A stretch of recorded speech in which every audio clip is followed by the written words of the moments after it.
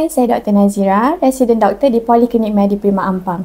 Sempena 22 Mei 2025 iaitu World Pre-Eclampsia Awareness Day, saya ingin kongsikan sedikit info penting tentang pre-eclampsia.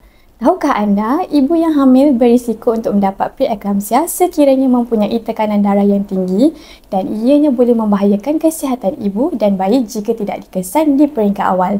Kebiasaannya, tekanan darah yang tinggi ini dapat dikesan selepas 20 minggu kehamilan dan ia boleh datang secara senyap ataupun tanpa sebarang gejala. Jadi, bagaimana cara untuk mencegah dan mengawal? Yang pertama, pemeriksaan antenatal berkala. Ibu yang hamil perlu hadir ke temu janji antenatal di mana setiap pemeriksaan antenatal kita akan cek tekanan darah, ujian air kencing untuk mengesan pre-eclampsia di peringkat awal. Yang kedua, amalkan gaya hidup sihat. Makan makanan yang seimbang, kurangkan makanan yang bergaram, banyakkan makanan buah-buahan dan juga sayur-sayuran. Dan ibu yang hamil pun perlu bersenam. Senaman ringan dan juga regangan dapat membantu.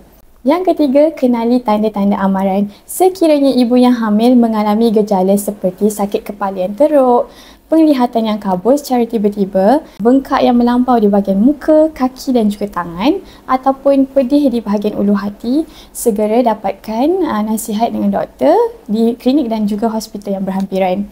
Yang keempat, pantau tekanan darah anda di rumah. Sekiranya anda adalah golongan yang berisiko tinggi, doktor akan menasihatkan anda untuk memantau tekanan darah secara berkala di rumah. Jadi, sekiranya pre-eclampsia ni dikesan lebih awal, kita dapat kawal dari peringkat awal. Jangan bahayakan diri anda dan juga bayi anda, dapatkan rawatan tepat pada masa.